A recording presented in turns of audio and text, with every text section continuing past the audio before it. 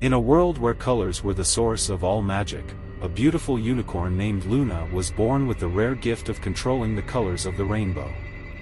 She lived in a lush forest, where the Rainbow River flowed with vibrant colors that nourished the land.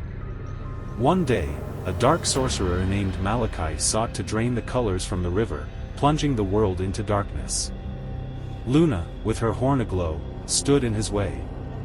She used her magic to create a kaleidoscope of colors, driving Malachi back. As the battle raged on, Luna realized that her powers were waning. She needed the help of the other creatures of the forest, each with their unique connection to the colors of the rainbow. Together, they combined their strengths and created a dazzling display of color and light, defeating Malachi and restoring the Rainbow River to its former glory.